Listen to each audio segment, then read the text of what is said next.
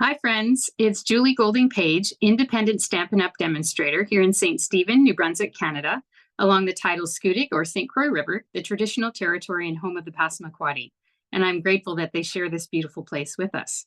Today, I have a third card for you using the Citrus Blooms stamp set and the beautiful matching paper called Mediterranean Blooms. So let's just get right to our project. All right, so here's what we have. So this is the Citrus Blooms stamp set. So it's got all kinds of lovely sentiments, very pretty fonts. And it's got these oranges and some flowers, and then these little decorative elements as well. There's also dies that go along with it. So you can see these are the dies that cut out the orange images. They give you some greenery, some little flowers. And there was also, on yesterday's video, using these lovely dies. So I'll show you the card that I made with that. Here's the lemon card. So you can find that on YouTube, or you can find it on Julie's Craft Attic on Facebook. And if you can't find it, just message me wherever you're watching this, and I'd be happy to send you the link.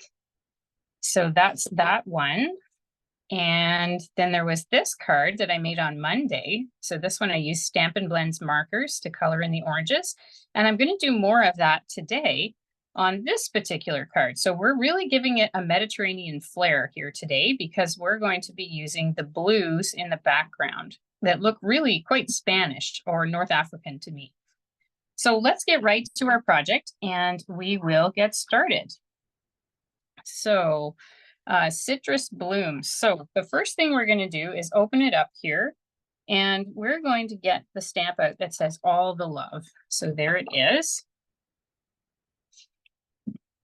So I should say thank you for joining me for Craft and Chat with Julie. I just started doing that this September, and it's a new initiative that I wanted to try to provide better connection with my customers across the country. And also just better value, so that everybody could get in on all of the different things that that they can do with all their stamp sets. So here is my little packet. And if you ever get a class from me, all three of the cards that I've just shown you are actually from a class that I did online. I have classes regularly. The class kits come like this. So I'll pre-cut all of the items that I can for you.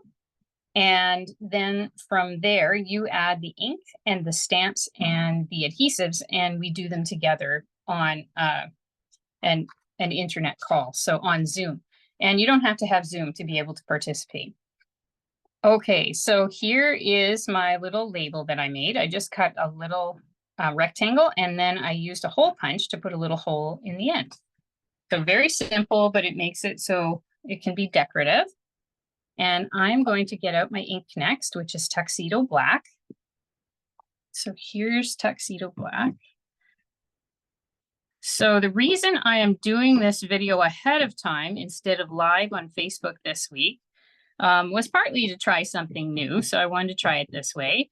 But also it's because we are busy on Friday, and we're going to be on our way at the usual Craft and Chat time, which is 5 o'clock Atlantic, to go to a comedy show in Fredericton. And so we will not be at home at that time. And so I just wanted to make sure that I actually got this done for you. Okay, so let's see. Let's try to put it here maybe. We're going to press it down really well, hold it down for several seconds. And with that Tuxedo Black ink, you just want to give it really good coverage, because it can stamp a little bit on the light side, I find. All right, so there we go. So we have a very nice and clear sentiment. There it is. I'm just going to clean up my stamp right now. So I'm just using my well-loved chamois here to get that off, get all the ink off just with water. So that's a really great no chemical way of doing it. Now I'm going to put this one back into my set, and now I'm going to take out the large image with all the oranges, so the 3 oranges on it. And here's what we're going to do.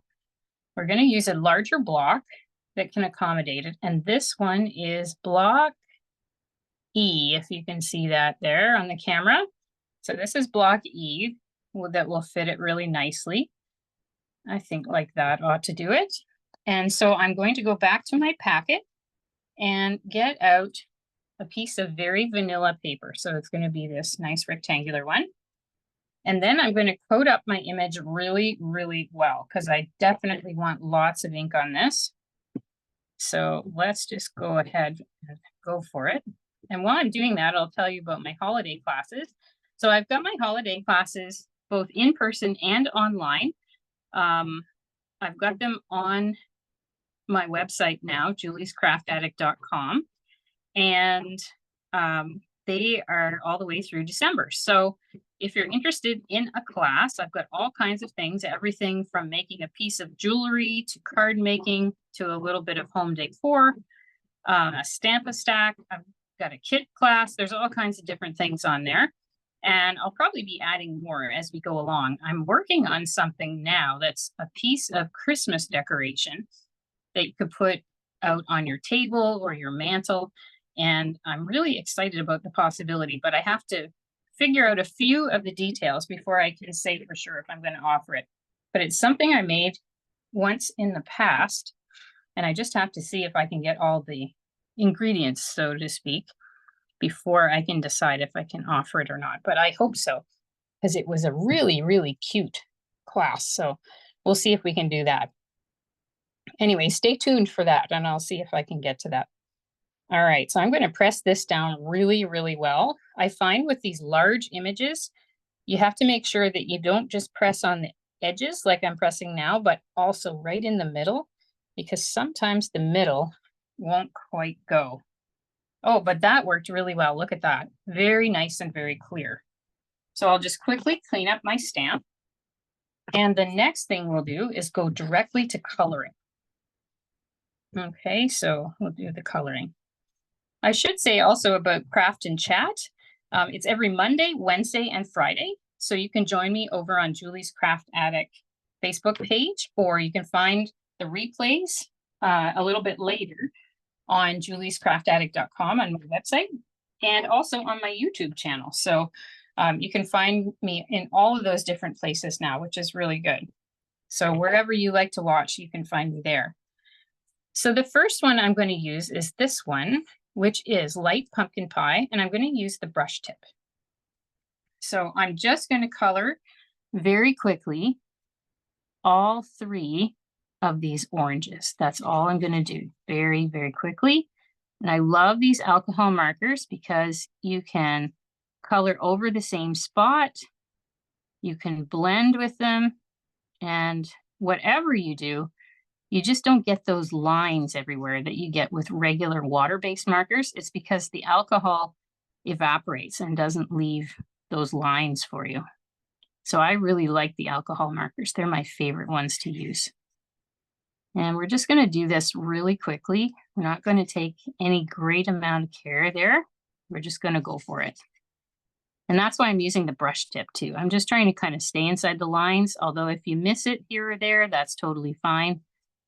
In the grand scheme of things, that won't make a bit of difference. And feel free to just adjust like I just did and turn your papers to be able to color it easier. So this kind of coloring is something that does not take a lot of skill or time. If you're not fond of coloring or haven't been in the past, or just don't think that it's for you because it's kind of complicated, it isn't. In this case, you can get it as complicated as you want, but I prefer to keep it as simple as I can, because I figure more of us will do it that way. Who has time to spend hours on it?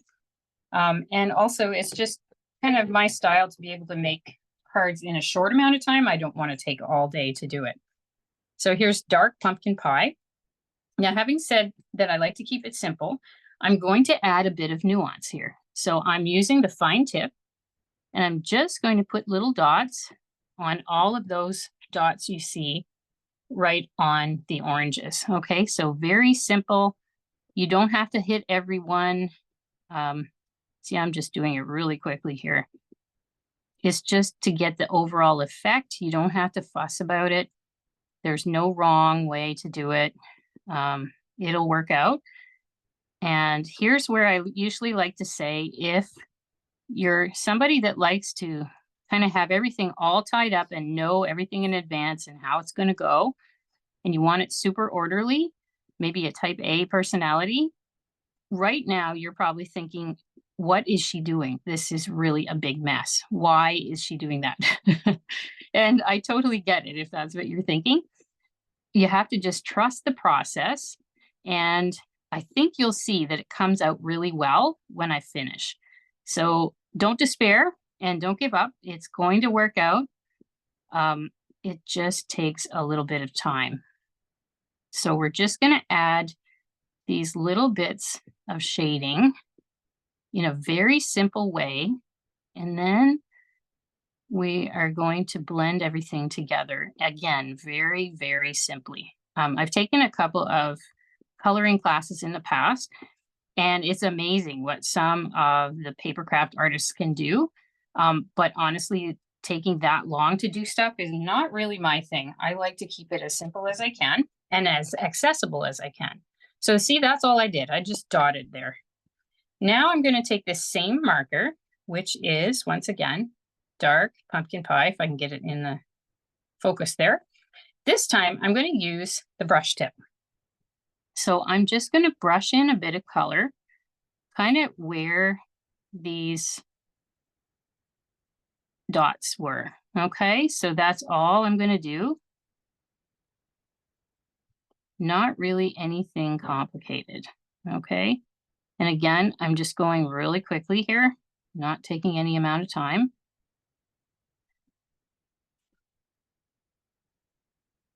And here we go.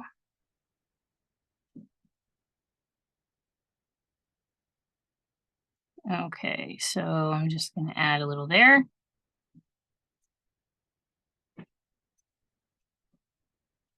Okay.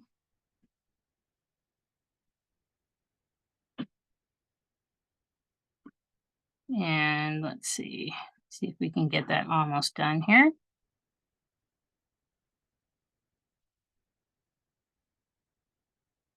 Okay, so right about now, you probably think that looks like a big mess, and it does, but we're not done yet.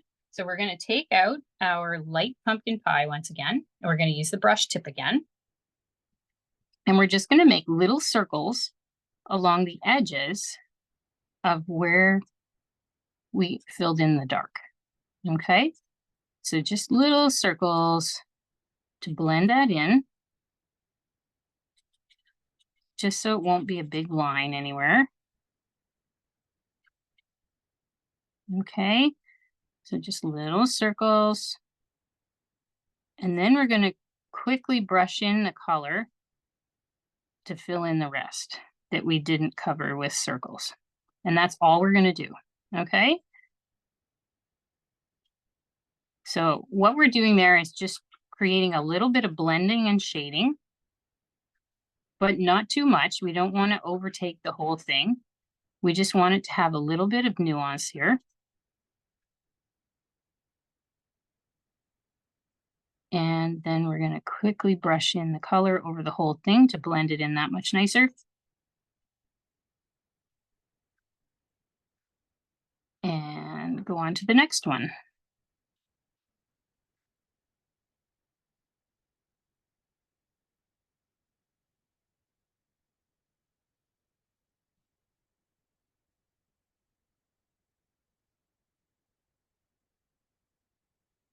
All right.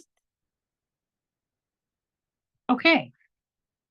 Now that looks quite a bit better if you look at it. So it's got some nuance to it and it's blended in. And what we're going to do is let that dry a bit. So when you first do it, it's going to look a bit stark, but it's going to get less so the more that it dries. So let's go on to the leaves, and we're going to use light old olive, again, brush tip. We're just going to brush in the color on all of these leaves very, very quickly. And you don't have to be too particular. If you leave a little white space in them, that will be fine. It won't matter. It'll just make it look more realistic in the end, I think. All right, so let's see what we can do here.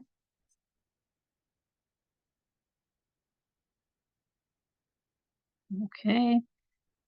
And I'm just trying to not go outside the lines here because I want to keep the orange and the green separate so they don't turn into kind of a muddy brown.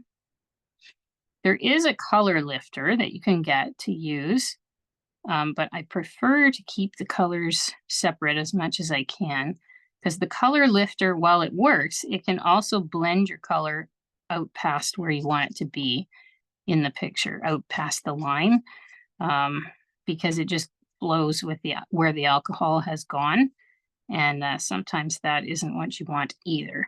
So we're going to try to just avoid that and do this directly, the green right on there.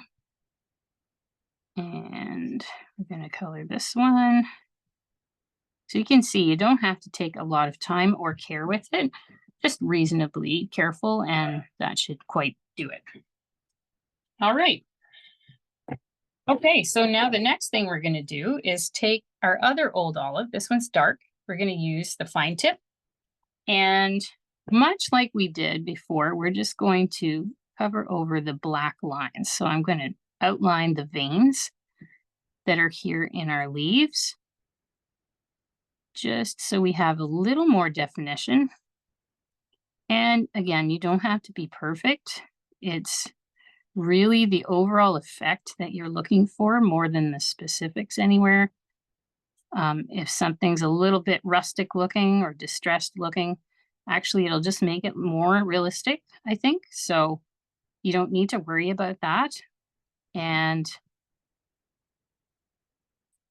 even if you leave some white space here or there or a little bit of space in between, that's totally fine. We're just going to do it super quickly. And the overall effect of the card will be really, really nice. Okay, when you get that done, then what you want to do as well is the stems. Okay, so we're just going to take this stem, trace it very carefully. And there's one stem. Here's another stem right here. Here's another stem here. And down here, we've got a stem. And I think I missed one. Yes, there it is. The stem right there. So you could put the stems lighter if you wanted, but I just think it looks really nice to have that dark bit there. So you can see how these oranges are drying. So this almost whitish up here, and then it goes into the darker colors the closer you get to those dots. So it's looking really good now. The next thing we need to do is the flowers. So I'm going to use Light Daffodil Delight, the brush tip. And again, you don't have to color in the whole flower. So see, I'm just brushing a little color in. I didn't even cover all the white space there. And that just makes the flower look that much more real, I think. Just to have a little bit of white still. Or you can color the whole thing if you wish. It really doesn't matter. Either way works. Okay, so that's it for the Light Daffodil Delight. Now our final touch is going to be Dark Daffodil Delight, and we're going to use the fine tip. Once again, we're going to outline, or rather trace, the lines here.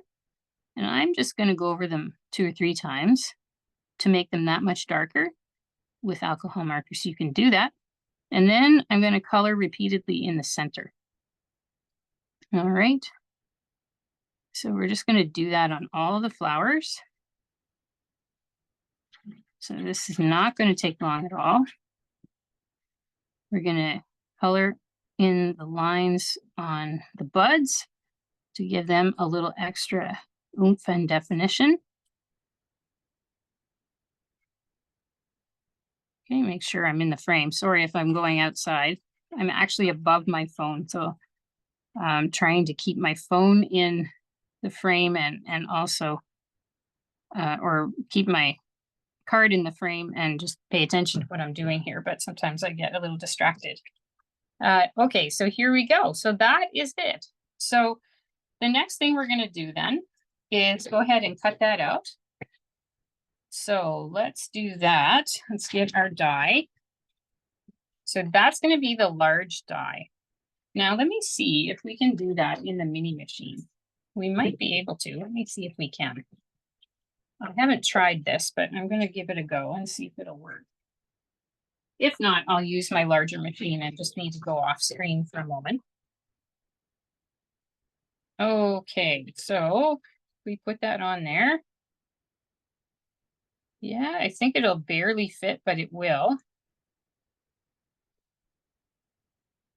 Okay. So if I can keep that in the same place, you can use washi tape to just keep it in place. But I think this is going to work out okay. I think I can hold it till it grips and then we'll be on our way. Aha, there we go.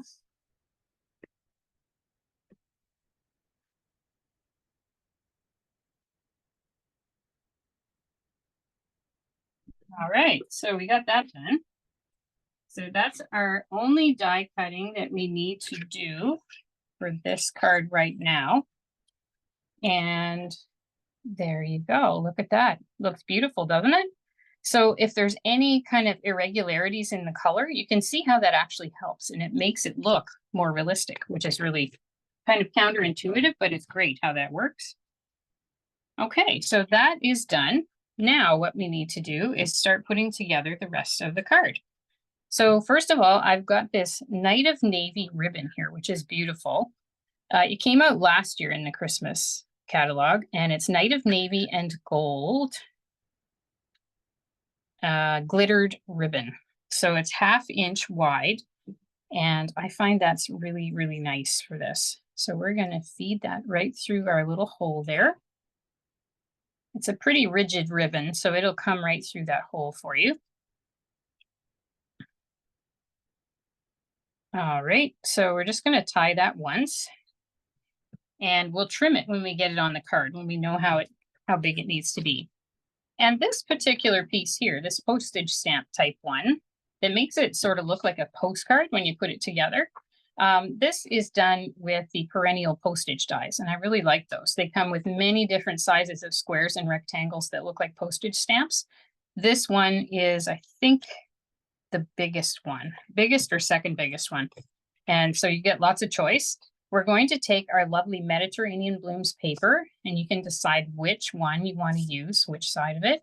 I started it, the project, thinking I'd use this one, but then I ended up liking the blue better. So I think I'm going to use the blue. We're going to use our Stampin' Seal here.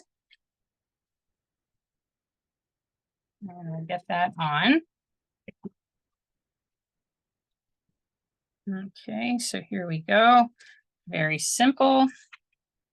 Now I'm going to use my bone folder, give my pumpkin pie card base a nice crisp fold.